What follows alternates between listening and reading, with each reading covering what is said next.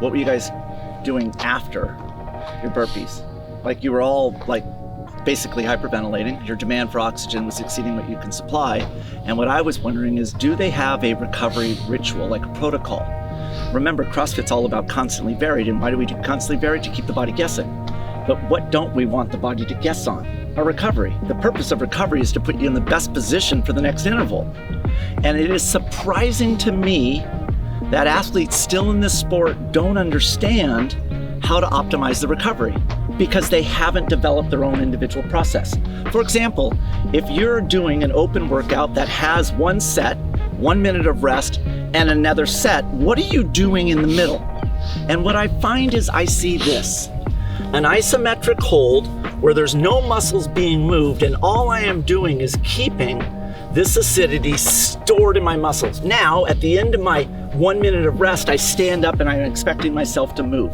Perhaps one of the dumbest things I see elites do, because they don't realize that the body, through repetition, actually finds a more efficient and effective way to put you in the best position for the next interval.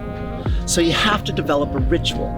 So the first thing that you have to think about is, am I hyperventilating? So we normally see athletes do this.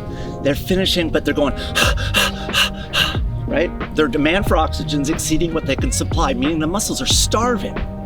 So no amount of this is going to do anything until your breathing is in control.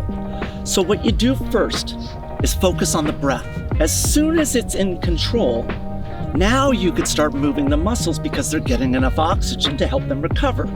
Now, coaches, how do they know when an athlete has hit the point when they're actually back in control of breathing? And you know what you see? It's a universal thing that all athletes do. When they hyperventilate, they go, and then they do this. And that now tells you they're in control. So what do you do after that? You focus on getting the muscles prepared. And with the remaining few seconds of your recovery, you get the head prepared for what it's about to do.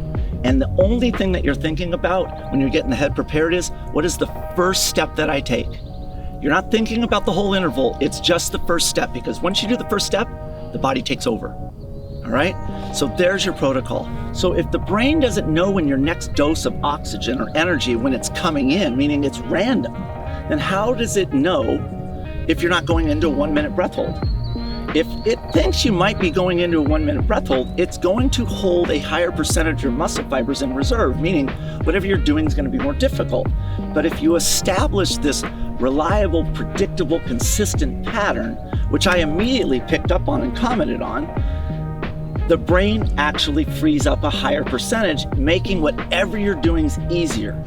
So it doesn't matter if you're doing a low intensity like you were doing or a high intensity, you have to develop this consistency. So I asked him, I said, where did you learn that? That's legit. Podcast from you. All your podcasts. Well, now you get to see in person. It was really, really good. So the key is you guys, you listen for the breath. And that's where I know when Jason was working hard was he's hyperventilating. Well, how do you know in the movement of running when someone's hyperventilating? Because you go from a 4 count to a 3 count, meaning you're taking 3 steps per cycle of breath. And now you have just crossed over into a non-sustainable pace.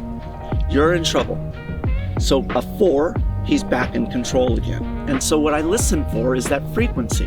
Now I tell people all the time, it's like, you could probably hang on between 2 and 5 minutes in a 3 count.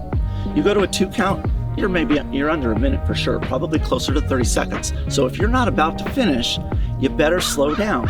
We've had people at the Ultimate Hawaiian Trail Run, and they said, I've done it for 10 minutes. Well, I have too. But what we're talking about is maximum muscular capacity. When we're doing those uphill climbs in the trail run, we're walking. And that's the problem.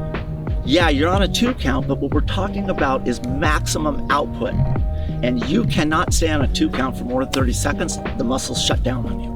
You have to be aware.